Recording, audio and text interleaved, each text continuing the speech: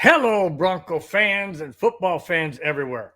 Welcome to Broncos Breakdown. This is a show that is everything Broncos and sports topics related. I am your host, Bronco Bill. All right, guys, let's get into this. We got a lot of different topics. We got a lot of good Bronco stuff. We have other news thrown in. We also have a double, first time ever, we have a double Jackass of the Week, and of course, a Colorado Avalanche update. All right, guys, let's get started. First one is about time. In my opinion, it's about time. I don't understand why it takes this long for any Bronco players to be considered for the Hall of Fame. I know recently we've had several. We had Shannon Sharpe. And I know we had Terrell Davis, but that's way too long to wait. But I have three, not one, not two, but three former Broncos players and coaches that are in the final or semifinals of 54 people. Now, there's a lot of other great worthy people to go in the Hall of Fame. I don't care. And reason why I'm prefacing all this before telling you who it is because it frustrates me and angers me. It's taking this long. Absolutely this long. Ridiculous. So let me get into it. 3 former Bronco players and coaches are among the 54 semifinalists for the class of 2022. Hall of Fame inductees. They are Randy Gradishar, Dan Reeves, and Mike Shanahan. The next step comes July 27th when the Hall of Fame will announce the 12 seniors and 12 coaches and contributors as finalists. Randy Gradishar retired 30-some years ago. I sorry, guys, I don't remember the actual year he retired, but I know it's been 30-some years ago. Why is it taking this long for Randy Gradishar, one of the anchor stones in the Orange Crust defense in the 80s? Do you realize that Randy Gradishar went to all of those Super Bowls in the 80s? The games against the Cleveland Browns in the AFC Championship games? The drive by John Elway, he was part of that team. Sure, they didn't win Super Bowls, but that to me is irrelevant. I know it's important. I know it's what everybody hangs their hat on, so to speak, hang your hat on. I understand that. But if Dan Fouts of the then San Diego Chargers is in the Hall of Fame and never even went to a Super Bowl, let alone win one, how is Randy Gradishar snubbed like he was and is? Because he's not in there yet, guys. It's only semifinals. But how come he is snubbed when he went to all of those Super Bowls? It's taken this long for him to even be considered? Hall of Fame's a joke, guys. In my opinion, not the Hall of Fame, excuse me. Hall of Fame committee is a joke in my opinion because they look at certain statistics. Oh, well, how long did you play? Like in Terrell Davis's time. How long did you play? Well, let me remind you guys, I'm going to flash you back to Terrell Davis and his career, and I'm going to match him up to Gale Sayers. Okay. Gale Sayers and Terrell Davis played the exact amount of years. In fact, I think Gale Sayers played 2 years less. I think Gale Sayers played 5. Terrell Davis played 7. Yes, his last 2 were on a bum knee because it had torn ACL. And back then, it wasn't the type of medical technology we have now. But nonetheless, they played basically the same amount of games. Terrell Davis rushed in a season over 2,000 yards, 2,007 yards. Gale Sayers never did that. Terrell Davis was the MVP of the entire football league. Gale Sayers didn't do that.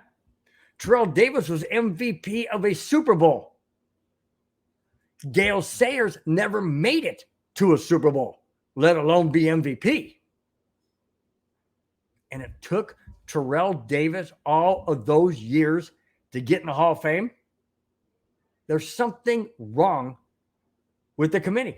I don't know what it is. I absolutely don't know what it is. The Denver Broncos are one of the most elite teams if not the elite team in the 80s. Absolutely in the AFC. No doubt about it. Yeah, I know the Patriots this, but whatever. The Broncos were the Broncos, and the Patriots copied them is what it was, because the Broncos were a stellar team in the 80s. And Gradishar was on that team. Oh, by the way, guess who else was on those teams? Right, Dan Reeves. Why is Dan Reeves being snubbed? Do you realize he was an undrafted player that signed with the Dallas Cowboys, and they made him a safety at first, or I believe it was a safety. Maybe wide receiver. And that didn't work out, so they shifted him to running back. He won Super Bowls. He went to 9, I believe it was 9 or 11. I'm not sure. He went to 9 or 11 Super Bowls in his coaching career, either as a head coach, assistant coach, a defensive coordinator, whatever it was, doesn't matter. He went to all of those Super Bowls. Unfortunately, he didn't win any. He took the Atlanta Falcons to Super Bowl 33, and lost to the Denver Broncos, his former team. But he went to those Super Bowls. Why is it taking Dan Reeves this long to even be a semifinalist? And then we go to Mike Shanahan. What did he do? Basically nothing. Oh, yeah, right. Back-to-back Super Bowls, 32, 33. Beat Green Bay when the Broncos were underdogs by 13 points. And they won by 7, 31-24. Yeah, it was a team that did it, but who put the team together? Who was the head coach? Who put in the game plan? Yes, absolutely. Dan Reeves and Mike Shanahan have been snubbed. Now, is Shanahan being snubbed because maybe what happened with the Raiders? I don't know. But if that's the case, it's stupid. Absolutely stupid. You can't look at things like that, guys. You have to look at what they have done for the league, for their team, what they've done with the players, how they have elevated the team that they're coaching. Mike Shanahan, back-to-back Super Bowl champion. He was a head coach, or not, excuse me, head coach. He was a coordinator on the 49ers and won a Super Bowl. Why is it taking the committee so long to realize that the Denver Broncos are, well, now we are again because we got Russell Wilson, but the last 5 years we haven't been. But prior to that, Broncos have been an elite team. Absolutely an elite team. You cannot argue that. The AFC, look, you know what? I've got these right here, guys. I'm sorry, but I need to bring this up. This is really frustrating me. Let me bring in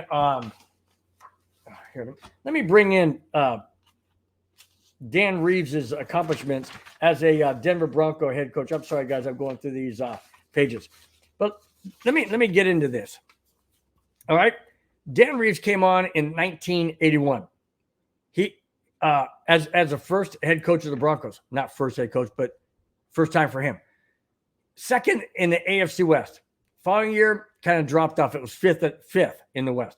Then it was, listen to this. Then in 83 through 89, this is where the Broncos finished. So from 1983 to 1989, a span of 8 years. Listen to this. Second, first, second, first, first, second, first. No, Dan Reeves didn't do anything. He didn't have a stellar. Sure, he lost in the playoffs. I get that. Or he lost in the Super Bowl. That's understandable. Only one team wins, guys. But he got there. And I just read you where the Broncos placed when he was head coach in those 8 years. Now, he coached a lot more than that, a little bit more than that, but I'm just saying, I just broke that down. Why is the committee not seeing this? Well, there's more popular people out there. There's Art Modell, and there's, Jerry Jones. And they're more popular guys. I don't care. Doesn't matter. Is this a popularity contest? Or is this based on the merits of what you did in the NFL? I thought the Hall of Fame stood for Hall of Fame.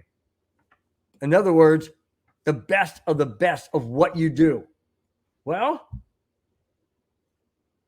I'm just saying that, guys. I'm just saying that. And I know I've taken up a great portion of the show talking about this, but it's important because the Broncos are not represented like they should be. They absolutely are not being represented. And unfortunately, if Dan Reeves gets in, he cannot accept it. And that's wrong. Just like Pat Bowlen couldn't accept his, because it takes the stupid committee that long to get it right. That's what irritates me. Dan Reeves did so much for the Denver Broncos, so much for the NFL, and he's not going to be able to accept it when it happens. If it doesn't happen this year, it's got to happen next year. Absolutely. And then Mike Shanahan. Mike Shanahan never played in the NFL like Dan Reeves, but he coached in different aspects. He was an offensive coordinator. He was a head coach. He was a quarterback's coach. He was all these different coaches, which different positions, I should say, that tells me he's not a one-trick pony, so to speak. In other words, he just can't do just one thing. He can do a number of things. And he went back-to-back with the Denver Broncos in 1997-98, Super Bowl 32 and 33. First Super Bowl 32, 13-point underdog, like I mentioned earlier, and we won by 7. Super Bowl 33 was a blowout against the Atlanta Falcons. Yeah, powerful teams led by a dominant head coach in Mike Shanahan. And why is it taking him this long to get to the semifinals of 54? Again, because the committee looks at popular people. Dan Reeves and Mike Shanahan weren't that popular. Bull crap.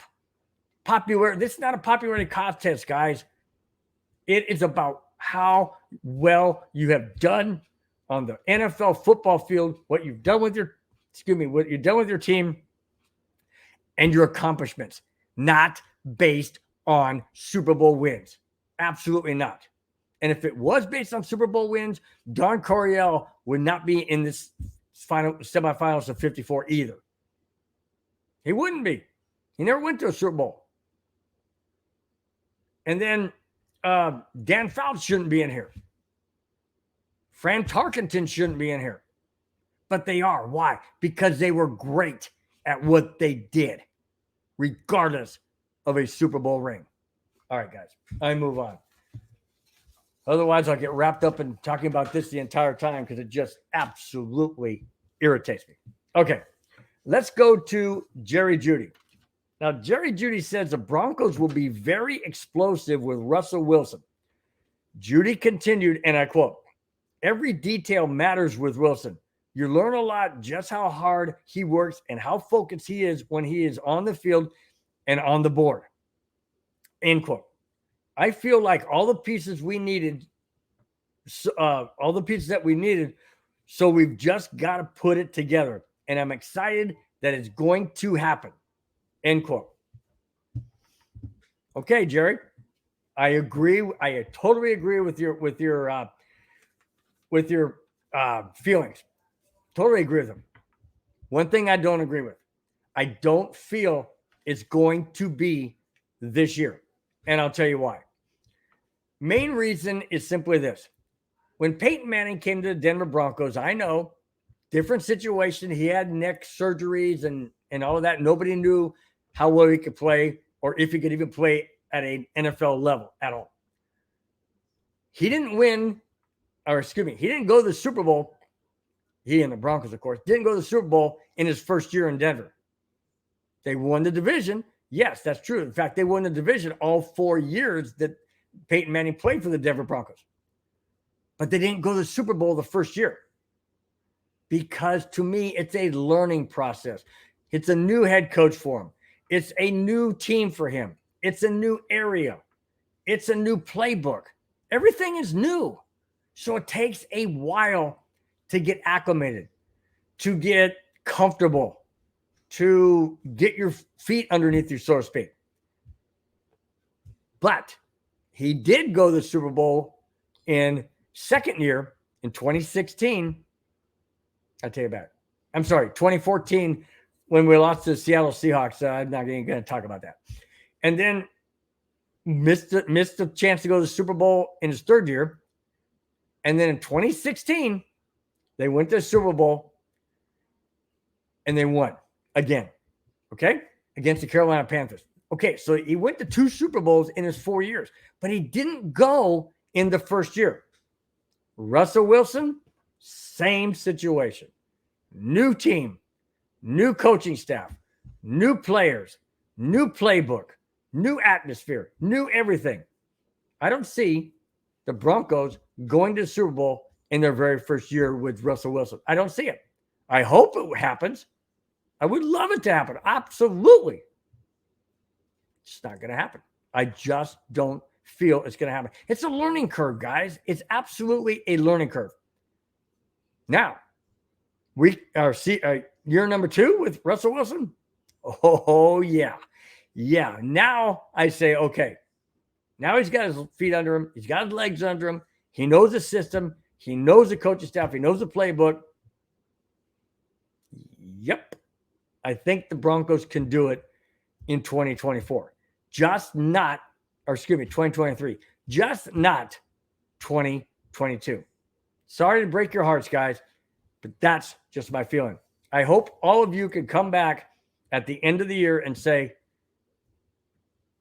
guess what? You were wrong. And I hope I'm wrong. I absolutely hope I'm wrong. Okay. Let's go to, speaking of Russell Wilson, let's go to Russell and Ciara. Now, Russell and Ciara Wilson are enjoying time away from a very busy offseason. Their entire family, from a very busy season for their entire family. Now, before I continue, of course it's been busy. I mean, he was a member of the Seattle Seahawks until right after the end of the season. Then he gets traded to the Denver Broncos. Now, sure, he has people that can do things for him, but he has to get it organized. He has to get a house. First off, he has to get a realtor to put his house up in Seattle, unless he wants to keep it. Then he has to get a realtor to get a house for him in Denver and his family. Then he's got to say goodbye to all his former teammates, coaches, players, whomever, friends, family, whatever. He's got to say goodbye to them. Then he has to, get a flight, whether it's charter or whatever, get a flight from Seattle to Denver, move everybody down, get the kids out of school, get the kids into school, maybe not into school until next year. All of these things, a person has to get organized. Now, I know, like I said, he probably has a crew that does it for him. Doesn't matter. He still has to let them know what he wants. He still has to get a plane ride from Seattle to Denver. He still has to get a house in Colorado.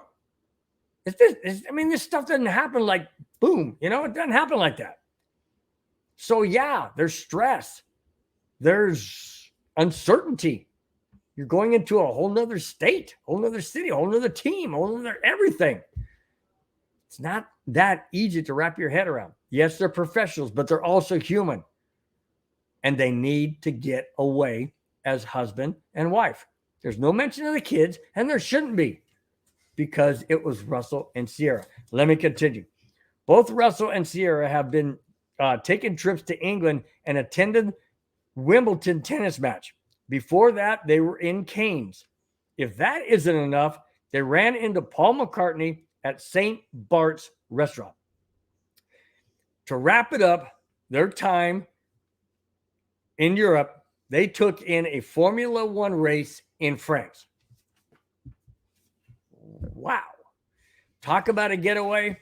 Yes, absolutely. Now, some people in the media, in the Denver media, have been slandering, and I wouldn't say slandering, that's the wrong word. They've been probably getting on Russell and Ciara for taking these trips and getting away from football and stuff like that. And he should be focused on, the season coming up in preseason. No.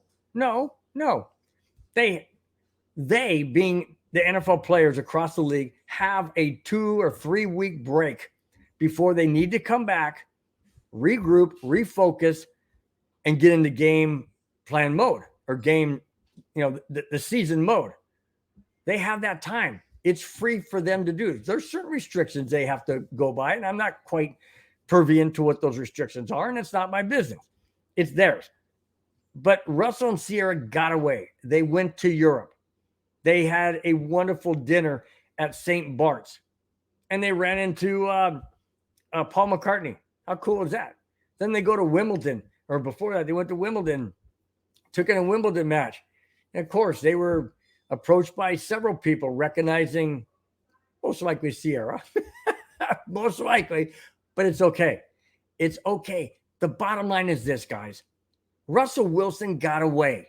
He got to get the stress off his back. Do you realize that when he landed in Denver and it signed the contract to be a Denver Bronco, within a day or two, he was gathering a couple of his wide receivers and he flew to a home he has in San Diego County and worked out with them? No, he's not focused. Not at all. Of course he's focused. The point is he needed to recharge. And he not only needed to recharge, but he needed to recharge with his wife. He needed to recharge and get away and enjoy things, just the two of them. I absolutely love it. Love it, love it, love it. Because the other side of the coin is this: burnout. And that's not what you want to have Russell Wilson mindset to be entering a new season with a new team. That's not what you want. I love the fact that they took the time to get away. I hope they had a wonderful time, and I can't wait for preseason. All right. Let's go to here. Oh, I did that one. I'm sorry. Let's go to the Cleveland Browns. Okay. Just last offseason, 2021, the Cleveland Browns were considering offering its former number 1 overall pick to a lucrative extension. Then things fell apart. We all know who we're talking about. Talking about Baker Mayfield. Now, in case you don't know, Baker Mayfield was traded to the Carolina Panthers this past week. But here's a little insight as to why he wasn't welcome or loved in Cleveland.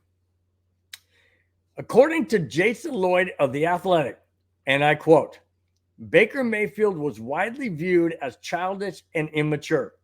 Mayfield's behavior annoyed teammates and divided the locker room and was reportedly often difficult to coach. End quote. His swagger in college made him a desirable teammate, but the attitude comes off totally different in the NFL if a team is losing. That's why Cleveland did not appreciate Baker Mayfield. Now, Baker Mayfield had a losing record in Cleveland. I believe he was 50-49 in his 3 years, if I'm not mistaken. I think it was 50-49. Or excuse me. Yeah, I'm sorry. He had a winning record by 1, 50-49. It's not going to get you too far in the division, let alone try and make the playoffs. But when you're in college and you have a swagger and you're like, yeah, I'm the guy, you start talking smack, whatever, and you're winning in college, yeah, everybody loves it. Everybody jumps on the bandwagon and yeah, we're the best, blah, blah. You get in the NFL, you start losing. NFL is ruthless, dude. NFL is ruthless. I don't know firsthand, but I've heard many comments that when you're in the trenches or, you're on the end as a wide receiver, yeah, you're going to hear smack talk. And Baker Mayfield took that swagger to the NFL, and it was not appreciated because they were losing. And when you lose, you don't want to hear somebody go around going, yeah, man, we're the best. But yeah, we're going to come back. We're going to do this. No, doesn't work, guys. Does not work. Now, I heard something today that I thought was interesting. Christian McCaffrey said that there's better quarterbacks. This is in response to Baker Mayfield going to Carolina. There are better quarterbacks out there, higher caliber quarterbacks out there. But hopefully we'll see what Mayfield can do here. Not sure, but we'll have to see. Wow. That doesn't speak very high volumes of what Christian McCaffrey thinks of Baker Mayfield, but I have to agree with him. I don't think Baker Mayfield is a franchise quarterback either. I think he's far from it. And if he's childish and immature, no, not going to fit in, guys. Not going to fit in. Okay, let's go to the Minnesota Vikings. Guys, I'm getting sick and tired of little groups, wannabe groups that want to change things because they're offended or they don't like the name or they did a history check on a nickname of a team. I said in a previous show that when the Washington Redskins, yes, that's what they were called for all of those years, so don't get upset. When the Washington Redskins changed their name and then the Cleveland Indians changed their name, I said to my nephew, you watch. I would not be surprised one bit if there was a group or a couple of groups or individuals or whatever that said, oh, you know what? We need to change the nickname of the Minnesota Vikings. I was right. Here it is.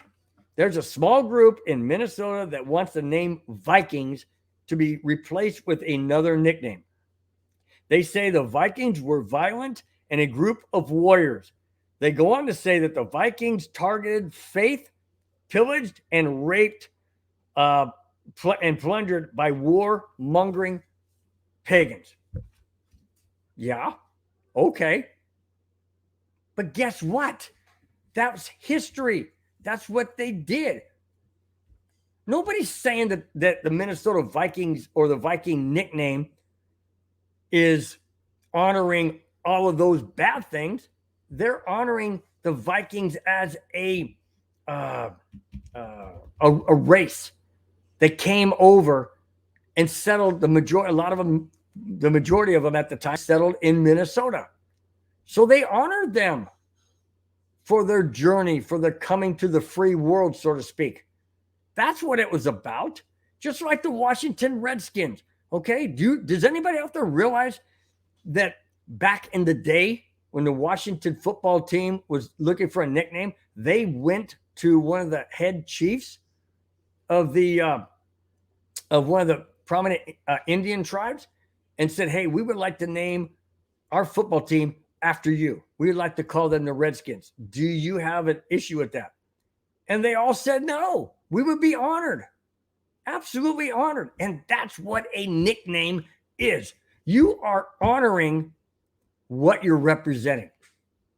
And the Washington Redskins represented those Indians that lived there, just like the Cleveland Indians. And yeah, some people say, oh, that's a slander. That's a slanderous name. Well, if you approve it, how is it slanderous? Seriously, How's it slanderous? You know, I mean, I'm white skinned. Somebody comes up and calls me honky. I don't care. I don't care. Doesn't bother me. Why does, when somebody is honoring a particular race or tribe or city or location, whatever, why is that offensive? Why is that offensive? I don't get it. Absolutely don't get it. What's next? We have to take down the Statue of Liberty because that's offensive. Oh my gosh. I mean, we're taking down these statues left and right. Robert E. Lee. Why? Why are we doing this? Why are we trying to change history? That's my point. What's next? Chicago Blackhawks? Atlanta Braves? Why not the Denver Broncos? We're insulting horses because we don't name them a horse. We don't name them a colt. Well, there's already the Indianapolis Colts. So why is it offensive? Why is it bothersome? I guarantee you, everybody that's out there watching and listening, I guarantee there's no original Indians with 100% pure blood living in the United States today. Absolutely not. Yeah, they may have a fraction, but there's not 100%. So why are we so thin-skinned? I hope the Minnesota Vikings keep the name. I hope it's the Minnesota Vikings forever. It should be. Absolutely should be. Don't change just because a few don't like it. All right. Whew, I move on. Okay. Let's go to the double jackass of the week.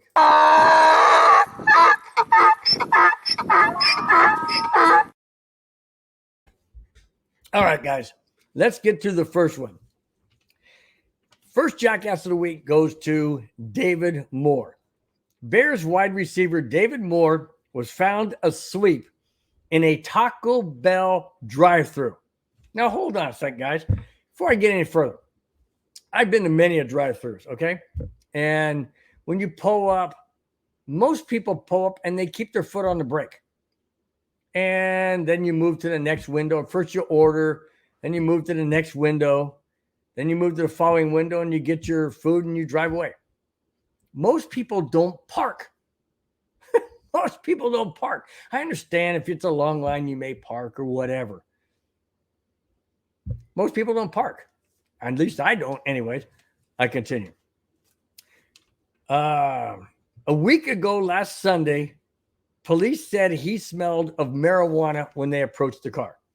Police also found a package of THC edible candies along with 3 pistols in his car. 3? Moore joins Byron Pringle and Matt Adams as players who have been arrested since being signed by the Chicago Bears this offseason. Wow. 3 players that have signed for the Chicago Bears this offseason have been arrested. But I go back to the earlier part. Fall asleep in a drive-thru of a Taco Bell. Well, I've heard that, when you smoke marijuana or do whatever, or THC, whatever, that you get hungry. So obviously he was hungry and he wanted some Taco Bell. But don't fall asleep. And what are you doing carrying 3 guns? What, if they didn't give you your tacos right, you're going to shoot them? Come on, man. What do you got 3 guns in your car for? It isn't one enough? Well, I'm not saying you should carry any of them. What I am saying is people just don't get it. You just don't get it. You think you're above the law. You're not. I don't get these athletes. You give these young guys money, fame, fortune, anything, and they feel like they're invincible. Well, sorry to say, you're not. Here's Jackass of the Week, number 2. And this one even tops David Moore. Dwayne Brown. Seattle offensive tackle Dwayne Brown was arrested last Saturday at the Los Angeles International Airport. He was going through standard screening when a gun was apparently found in his luggage. Brown was taken into custody and charged with possession of a firearm. He was processed at the LA jail. No bail was mentioned at the sign of this. In the reading of this article. Okay. David Moore had 3 guns in his car, parked in a drive-through, sound asleep, reeking of marijuana. That's bad. Dwayne Brown is at a doggone airport where you can't even take a small bottle of, I don't know, hand sanitizer because they think it might, create a bomb. And this guy brings a gun in his luggage. Oh, well, I'm not really carrying my luggage. It's going to be in the underbelly. How do they know that? I mean, they know it's going to be in the underbelly, but how do they know that there's not explosives in there? Like it's a fake gun and you rigged a bomb to blow up the doggone plane. They don't know that. But Dwayne, you know the rules, or you should. What in heaven's name do these guys think they can get away with? I don't understand the mindset. Well, I'm going on a plane and I need a gun. I think I need a gun. Why? Even if it's in the underbelly, why do you need it? Don't you remember September 11th, 2001? That's why you can't take weapons on a plane. And you're not above the law, Dwayne. And neither are you, David. And that's why both of you are my double jackass of the week. Exactly. All right. Now we go to, this is very interesting. And here we go. A new person, I should say, has joined the Denver Broncos' new owners, Walton Penner Group. That person is none other than Condoleezza Rice. That's right. You heard me correctly. The former Secretary of State, Condoleezza Rice.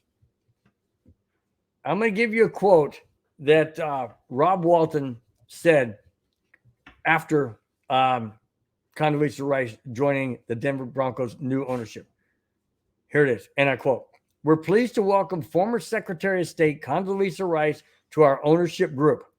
A highly respected public servant, accomplished academic, and corporate leader, Secretary Rice is well known as a passionate and knowledgeable football fan who has worked to make the sport stronger and better. She is the daughter of a football coach and served on the inaugural college football playoff committee. She moved to Denver with her family when she was 12 years old and went on to attend the University of Denver for both college and graduate school. Her unique experience and extraordinary judgment will be a great benefit to our group and the Denver Broncos organization." End quote. When I first heard that Condoleezza Rice was going to be a part of the Denver Broncos ownership, my first thought was, why? Why? She was Secretary of State. What's that got to do with football? But I was talking to a couple of friends of mine that are on the MHRT network, and both of them said basically the same thing. And they both said they're not bringing her in for her politics. That's not what this is about. Both of them feel that they are bringing Condoleezza Rice on because of her negotiational skills. Let's say that the Broncos are negotiating for stadium rights or naming rights or land purchasing or anything to do with state funding or state anything to do with anything involving the state. She has that knowledge and that ability and that forte. And that's why they feel, and I had to agree, that's why they feel, and I agree, that's why she's on, because of that knowledge. Now, Rob Walton could be the overseer of all the finances and things of that nature, and whatever the Bronco organization needs monetarily, he can provide. That's not an issue. So he can stay in that level. And then you've got Condoleezza Rice, who's working with purchasing land for a new stadium, possibly working with architects, maybe like I said, her knowledge in that aspect, but she also knows football too. I mean, it said, let me go back to it. It said that her knowledge of and knowledgeable football fan who has worked to make the sport stronger and better. She's a daughter of a coach and served on the inaugural college football playoff committee. That's huge. Inaugural? That means the very first year, guys. The very first year. She was part of that, of getting that established. That's what we see today. Is she going to be a good fit? I absolutely hope so. I absolutely hope so. And I think she will be. I really do. She was a great Secretary of State for George W. Bush. Absolutely wonderful. And I don't think that she'll be anything less. I absolutely don't. It's a wonderful addition. Rob Walton is doing the very, very right thing in delegating and putting these different people in these different positions. Brilliant, brilliant move. Welcome aboard, Condoleezza Rice. Cannot wait to see what you do for the Denver Broncos organization. All right, guys, we are going to go into the very last segment. We all know what that is. So let's go there now.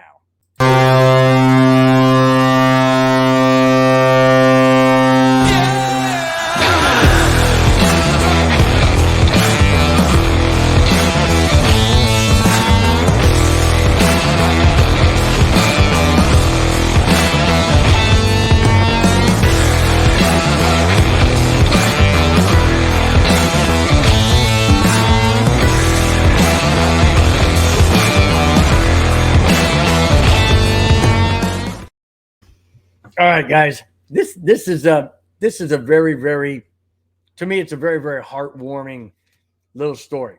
So let me get to it. According to 9 News in Denver, the Stanley Cup was delivered to Captain Gabriel Landeskog's neighbor's house by mistake. After the Colorado Avalanche won the Stanley Cup, and this happens with every team that wins the Stanley Cup, the Stanley Cup is delivered to the captain of that championship team. It's just something they do. I love it. I think it's great. In this case, they delivered it to Gabriel Landeskog's neighbors. But what was totally cool to me was when, can you imagine? Okay, they get this knock on the door and they open it up.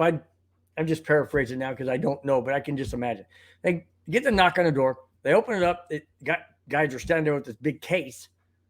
And they say, hey, we're here to deliver the Stanley Cup to Gabriel Landeskog. And the guys, whoever answered the door went, Gabriel Landeskog lives that way. But can we see it? Can you bring it in? Can we see it? What was totally cool was this. The people that were delivering the Stanley Cup, they said, sure. So they came on in. They opened up the case. They didn't take the Stanley Cup out of the case, but they opened up the case. And the neighbors there were able to get pictures with the Stanley Cup and touch the Stanley Cup and take pictures. I thought that was so, so cool. Because, the people that are delivering could say, hey, no, we can't. Sorry, guys, I hit the mic. They could easily say, nope, sorry, can't do it. We got to deliver this to Gabriel Landeskog, and that's just the way it is. We can't do it. But they didn't. They were totally cool about the whole thing. And I absolutely loved it.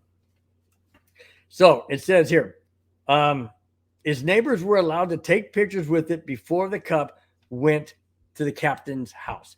That is so cool. Like I said, that is absolutely awesome. I love it. Absolutely love it. Can you imagine? I tried to imagine that when I saw this article. Can you imagine listening to this? So all of a sudden you're kicking back, you're relaxing the whole bit, like championship, the game's done and over, and the next day, you wake up in the morning, you got a cup of coffee. I don't know what time it was when they delivered it, but let's say it's mid-morning or whatever, and you're having a late morning coffee, and all of a sudden you hear this. And you go to the door and open it up and say, yes, can I help you? And there's these guys standing with the big old case, and you recognize it from seeing it on TV, and you're like, oh my gosh, could that be Stanley Cup? And they say, we're here to deliver the Stanley Cup to Gabriel Landeskog. And you go, he lives over there. But can we see, man, if that happened to me, it's not going to. I don't live in any big city. But if that were to happen to me, oh my gosh, I would hope I would not faint from excitement or hyperventilate because I'm excited. Or as Madungus Creepy would say, have a heart attack because I'm an older guy.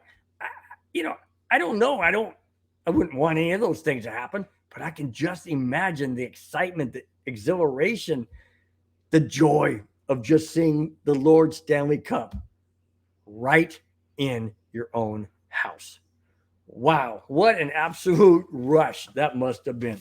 All right, guys, I'm going to wrap this up with the last of the two-part Avalanche update. Here it is.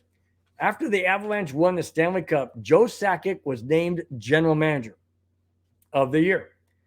Then, just a week later, he was promoted to president of hockey operations, and Chris McFarland was elevated to general manager. I think that's a great move. I didn't think so at first because I'm like, why would you replace Joe Sakic as GM? He just won GM of the year. Why would you move him up and put somebody else in there that's going to possibly do something different?